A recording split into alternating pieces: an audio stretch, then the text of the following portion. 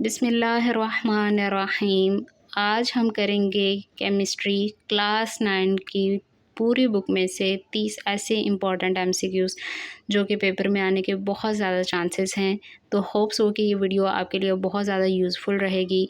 30 important MCQs हैं। आपसे request है कि किसी भी एमसीक्यूज़ को स्किप मत कीजिएगा क्योंकि इनके आने के बहुत ज़्यादा चांसेस हैं पेपर में। और वो स्टूडेंट जो 60 बाई 60 मार्क्स लेने के लिए तैयारी कर रहे हैं उनके लिए तो एक एक एमसीक्यूज़ ही बहुत ज़्यादा इम्पॉर्टेंट है। तो स्टार्ट करते हैं हम पहले एमसीक्यू से। Which one is hydrocarbon. तो हाइड्रोकार्बन ऐसे कंपाउंड्स होते हैं जो हाइड्रोजन और कार्बन से मिलकर बनते हैं।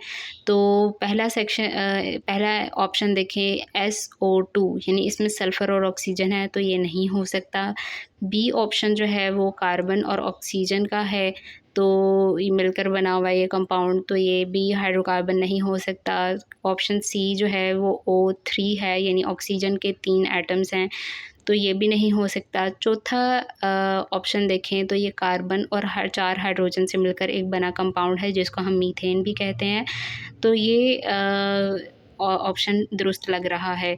तो आप भी इसका एमसीक्यूज़ का करेक्ट ऑप्शन सोच लें तो फिर हम इसके फाइनल आंसर की तरफ चलते हैं।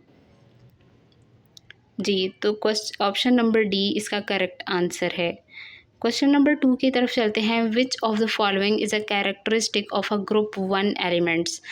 कि ग्रुप 1 के एलिमेंट्स, अब पीरियोडिक टेबल के अंदर 18 ग्रुप्स हैं और 7 पीरियड्स हैं, तो ग्रुप 1 के एलिमेंट्स की कैरेक्टरिस्टिक कौन सी है इनमें से? तो ऑप्शन ए है high ionisation energy, option B है लो आयोनाइजेशन एनर्जी, सी है हाई इलेक्ट्रॉन एक्टिविटी, डी है लो इलेक्ट्रोनेगेटिविटी। तो इसका करेक्ट आंसर है ऑप्शन बी लो आयोनाइजेशन एनर्जी। तो इसकी रीज़न ये है कि जब भी हम ग्रुप 1 में टॉप टू बॉटम मूव करते हैं तो एटम का साइज़ बढ़ता चला जाता है और जिसकी वजह से आउटर मोस्ट शेल को लूज़ करवाना बहुत ज़्यादा आसान हो जाता है, तो जिसकी वजह से इनको आयनाइज करवाने के लिए बहुत कम एनर्जी रिक्वायर्ड होती है, तो जिसकी वजह से low ionization energy is the correct answer for this MCQs. Option number 3 है which metal has a lowest melting point. Option A है लिथियम, ऑप्शन बी है सोडियम, सी है पोटाशियम, डी है रुबीडियम। तो इसका करेक्ट आंसर है rubidium, क्योंकि जब भी हम जो रुबीडियम है, इन तमाम एलिमेंट्स में से रुबीडियम का साइज़ बहुत ज़्यादा है, तो जिसकी वजह से इसका जो मेल्टिंग पॉइंट है वो भी बहुत कम है, क्योंकि इसको मेल्ट करना ज़्यादा आसान नहीं होता, तो जिसकी वजह से इसका मेल्टिंग पॉइंट बहुत कम है। क्वेश्चन नंबर 4 की तरफ चलते हैं। What is the correct chemical formula for the binary compound formed between hydrogen and nitrogen. तो option A H2N, option B है NH3 जो कि अमोनिया का भी फार्मूला होता है, ऑप्शन सी है HN और डी है H3N। तो इसका करेक्ट आंसर है ऑप्शन बी NH3 यानी अमोनिया। क्वेश्चन नंबर 5 है the electron negative elements tend to, कि ऐसे एलिमेंट्स जो जिनके ऊपर नेगेटिव पावर होती है तो वो क्या सलाहियत होती है उनके पास। ऑप्शन ए है गेन इलेक्ट्रॉन, कि वो इलेक्ट्रॉन इजीली गेन कर सकते हैं, ऑप्शन बी लूजेस इलेक्ट्रॉन या इलेक्ट्रॉन को लूज़ कर सकते हैं, ऑप्शन सी है शेयर इलेक्ट्रॉन्स एंड डी है नन ऑफ दीज। तो इसका करेक्ट आंसर है ऑप्शन ए, यानी कि जो एलिमेंट्स इलेक्ट्रॉन नेगेटिव, जिनके ऊपर नेगेटिव चार्ज होता है वो इलेक्ट्रॉन्स को गेन करने की सलाहियत ज़्यादा रखते हैं। आगे है simplest family of organic compounds is, के ऑर्गेनिक कंपाउंड्स वही होते हैं जो नेचुरली एग्जिस्ट करते हैं। तो इन सब में से कौन से कंपाउंड हैं जो नेचुरली एग्जिस्ट करते हैं? Carbohydrates, proteins, oils and hydrocarbons. तो इसका करेक्ट आंसर है डी। ऑर्गेनिक जो होते हैं ऑर्गेनिक कंपाउंड्स वो होते हैं जो कार्बन और हाइड्रोजन से मिलकर बनते हैं, नेचुरली एग्जिस्ट करते हैं, तो हाइड्रोकार्बन जो हैं वो ऑर्गेनिक कंपाउंड्स हैं। ऑप्शन नंबर 7 है all basis return red litmus into, colourless, blue, pink या फिर वाइट। तो इसका करेक्ट आंसर है ब्लू, कि हमारे जो बेसिस हैं जब हम एक लिटमस पेपर को बेस के अंदर डिप करते हैं तो उसका कलर रेड से ब्लू में शिफ्ट हो जाता है, और अगर एसिड में ऐड करते हैं तो उसका लिटमस पेपर ब्लू से रेड की तरफ शिफ्ट हो जाता है उसका कलर। ऑप्शन नंबर 8 है which is the correct formula of calcium phosphide. तो ऑप्शन ए है CaP, ऑप्शन बी है CaP2, ऑप्शन सी है Ca2P3 और ऑप्शन डी है Ca3P2।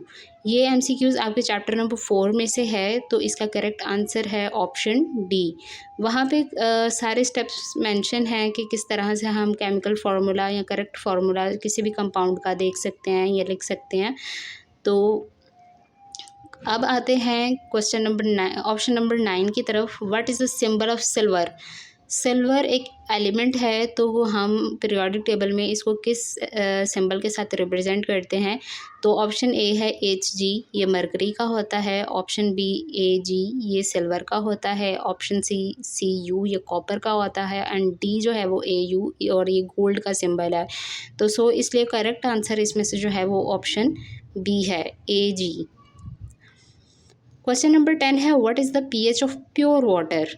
कि pH आपको पता है, pH स्केल में हम 3 चीज़ों को डिटरमाइन कर सकते हैं कि एसिडिक नेचर को, किसी भी लिक्विड की या कंपाउंड की एसिडिक नेचर, बेसिक नेचर और न्यूट्रलिटी को देख सकते हैं। तो जो प्योर वाटर होता है ये न्यूट्रल होता है, तो इसके लिए इसकी जो pH है वो 7 होती है। जितने भी न्यूट्रल कंपाउंड्स होते हैं उनकी pH 7 होती है। जो एसिडिक होते हैं उनकी pH 7 से नीचे, यानी कि 1 से लेकर 6 तक होती है। और 8 से 14 तक जो pH जो होती है वैल्यूज़, वो बेसिक कंपाउंड्स को रिप्रेजेंट करते हैं। तो प्योर वाटर मोस्टली न्यूट्रल होता है, तो इसलिए इसकी pH 7 होगी। तो option A is the correct answer for this MCQs। Question number 11 की तरफ आते हैं कि Avogadro was a scientist, Greek, German, Italian, African. तो आपने ये बताना है कि एवोगैड्रोस नंबर देने वाला जो साइंटिस्ट एवोगैड्रो था वो किस मुल्क से को रिप्रेजेंट करता था। तो इसका करेक्ट आंसर है सी, इटालियन, इटली से था एवोगैड्रो। ऑप्शन नंबर 12 है types of mixtures are. Mixture कितने टाइप्स के होते हैं, 3, 2, 4 या 5। तो मिक्सचर हमारे पास 2 टाइप्स के होते हैं, इसलिए B is the correct answer. Question number 13 की तरफ चलते हैं। Which term is the same for 1 mole of oxygen and 1 mole of water. Option A है वॉल्यूम, ऑप्शन बी है मॉलिक्यूल्स, ऑप्शन सी है मास, ऑप्शन डी है atoms. तो जो भी किसी भी कंपाउंड का मोल जो होते हैं, अगर 1 मोल ऑक्सीजन का हो और 1 ही मोल वाटर का हो, तो उनके नंबर ऑफ़ मॉलिक्यूल्स हमेशा सेम होंगे। तो इसलिए ऑप्शन बी जो है वो करेक्ट आंसर है। क्वेश्चन नंबर 14 की तरफ चलते हैं कि family of alkaline earth metals belongs to. कि alkaline earth metal periodic table में किस ग्रुप में लाई कर रहे होते हैं। तो जो ग्रुप 1 है वो अल्कली मेटल्स का होता है, जो ग्रुप 2 है वो होता है अल्कलाइन अर्थ मेटल्स का, और ग्रुप 3 जो है वो ट्रांजिशन एलिमेंट्स में इन्वॉल्व होता है, और ग्रुप 18 जो है ये नोबल गैसेस का होता है। तो इसलिए जो करेक्ट आंसर है वो है ऑप्शन बी, यानी ग्रुप 2। MCQs नंबर 15 है what is the chemical formula for sodium chloride table salt. Table salt यानी घरों में यूज़ होने वाला जो नमक है उसको हम सोडियम क्लोराइड कहते हैं। उसका केमिकल फार्मूला क्या है। तो ए है ऑप्शन NaCl2, बी है Na2Cl, सी ऑप्शन है NaCl और ऑप्शन डी है NaCl3। तो option C is the correct answer which is NaCl। Question number 16 है एनर्जी रिजर्व इन बॉडी। कि हमारी बॉडी में एनर्जी किस फॉर्म में स्टोर होती है। तो लिपिड्स की फॉर्म में, प्रोटीन, कार्ब्स या इनमें से किसी भी फॉर्म में नहीं। तो इसका करेक्ट आंसर है ऑप्शन ए कि हमारी बॉडी में ज़्यादातर एनर्जी लिपिड्स के फॉर्म में स्टोर होती है। MCQs नंबर है 17 which acid is not used as a food or mixed with food. Acids बहुत किस्म के होते हैं, कुछ ऐसे होते हैं जो हम फूड में भी यूज़ कर सकते हैं, जिस तरह के सिट्रस एसिड हो गया, टाटारिक एसिड वगैरह, इस तरह टाटरी भी जिसको कहते हैं हम, वो टाटारिक एसिड होता है। तो इसको हम, कुछ एसिड्स ऐसे होते हैं जो खाने पीने की चीज़ों के लिए यूज़ किए जाते हैं, और कुछ ऐसे होते हैं जो हमारी सेहत के लिए बहुत ज़्यादा हार्मफुल होते हैं, हम उनको खाने पीने की आइटम्स में यूज़ नहीं कर सकते। तो इन ऑप्शंस में से देखें, option A A tartaric acid, option B ascorbic acid, option C है citric acid and option D है फॉर्मिक एसिड। तो इनमें से जो करेक्ट आंसर है वो है ऑप्शन डी फॉर्मिक एसिड। इसको हम खाने पीने की चीज़ों में इस्तेमाल नहीं करते। MCQs नंबर 18 है which is the simplest alkyne. Alkyne आपको पता है कि मीथेन, इथेन, प्रोपेन, ब्यूटेन इस तरह के एलिमेंट्स को कंपाउंड्स को कहा जाता है।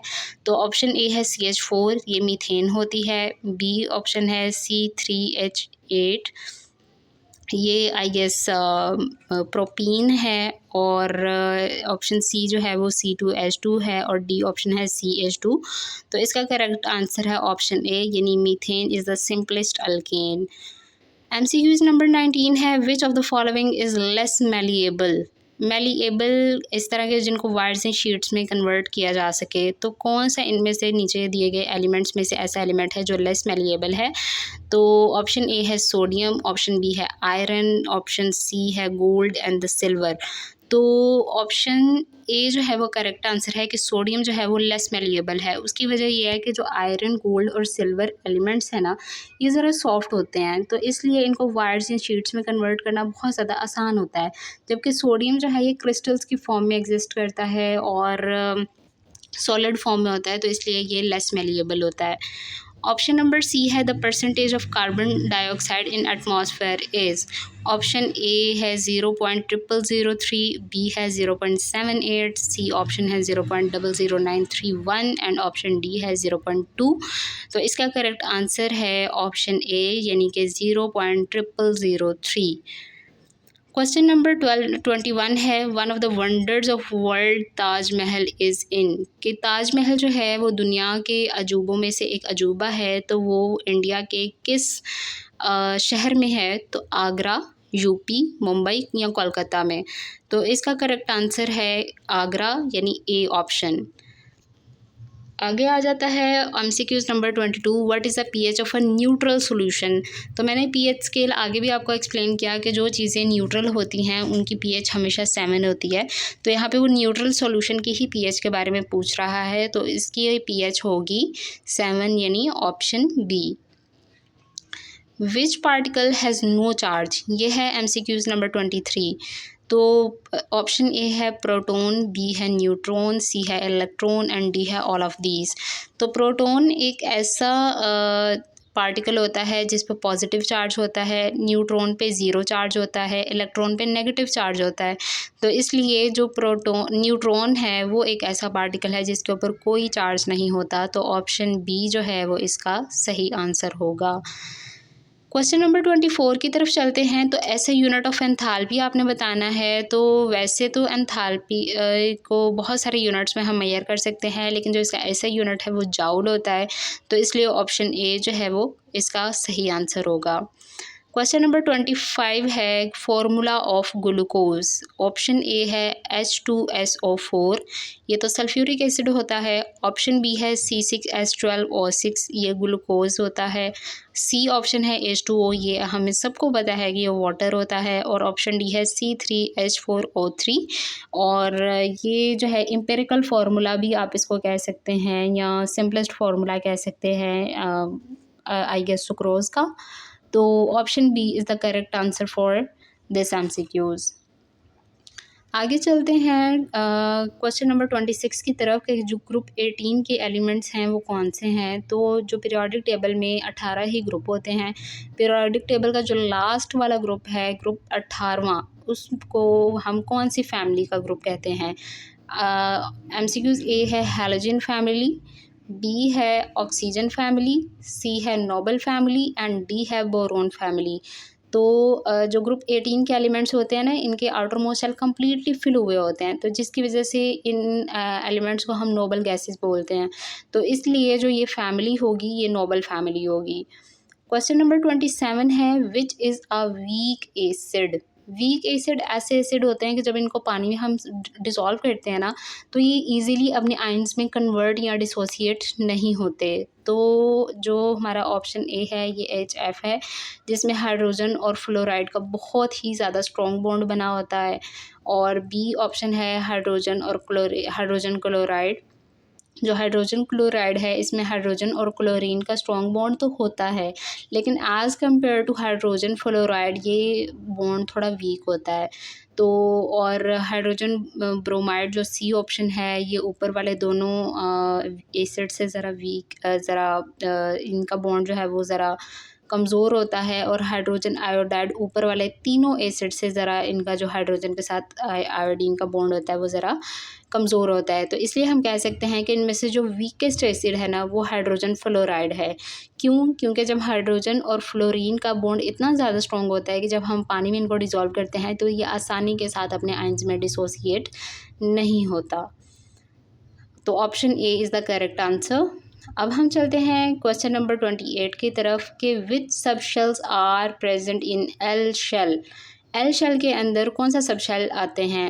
ऑप्शन ए है एस पी, बी ऑप्शन है only S subshell, C है only P subshell and D है नन ऑफ दीज। तो इनमें से कौन सा करेक्ट आंसर होगा कि एल शेल में कौन कौन से सब शेल्स आते हैं? तो option A is the correct answer, S P दोनों सब शेल्स इन्वॉल्व होते हैं एल शेल के अंदर। क्वेश्चन नंबर 29 है एक्सचेंज ऑफ एनर्जी और मैटर इज़। ऑप्शन ए है आइसोलेशन, बी है एक्सचेंज, सी है इंटरेक्शन एंड डी है नन। तो इसका करेक्ट आंसर है सी, कि जब भी हम एनर्जी और मैटर एक दूसरे के साथ एक्सचेंज हो रहे होते हैं, या एनर्जी मैटर में कन्वर्ट हो रही होती है, या मैटर एनर्जी में कन्वर्ट हो रहा होता है, तो ये एक किस्म का एनर्जी और मैटर का इंटरेक्शन कहलाता है। MCQs नंबर 30 यानी लास्ट MCQs है, ये है कि example of natural polymer is. तो ये है प्रोटीन्स, सेलुलोज, न्यूक्लिक एसिड्स या ऑल ऑफ दीज। तो जो प्रोटीन है ये भी नेचुरली एग्जिस्ट करती है और पॉलीमर है, सेलुलोज भी नेचुरली एग्जिस्ट करती है, पॉलीमर है, न्यूक्लिक एसिड्स भी नेचुरली एग्जिस्ट करती है और पॉलीमर है।